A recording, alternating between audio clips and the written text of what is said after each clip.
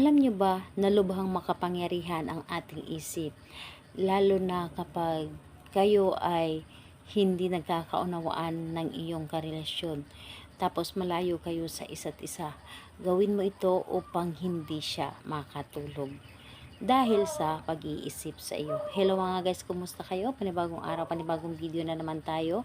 And sa araw na ito ay isa na video ang aking ituturo sa inyo ng simpleng gabay o simpleng pamamaraan na makakatulong sa atin. At bago ang lahat, gusto ko lang mag-disclaimer sa mga taong hindi naniniwala at hindi gusto ang mga kagaya nitong video. Please skip this video and maghanap ka ng videos na gustong gusto nyo dahil ang video na ito ay para lamang ito sa mga taong naniniwala and gusto mag-try. Sa lahat po ng mga nagko-comment dito sa aking video dito sa loob ng aking channel, mag-iingat sa lahat ng mga nagre-reply sa inyo na dinadala kayo sa kalang WhatsApp Nemo app upang makaiwas po tayo sa scam.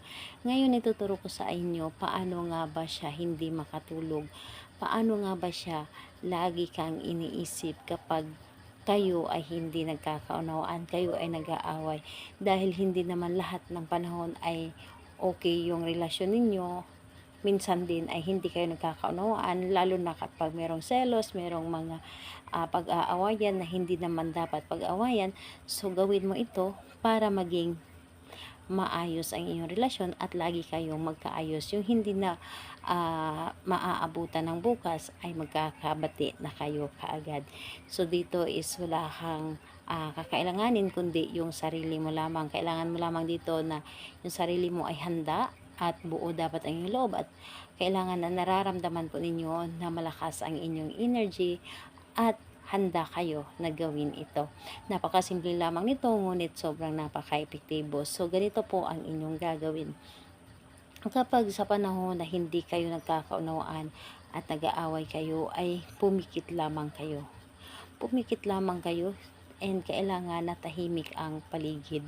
So, yung tipong wala makakaistorbo sa inyo. Pumikit lamang kayo at sambitin ito ng 21 times.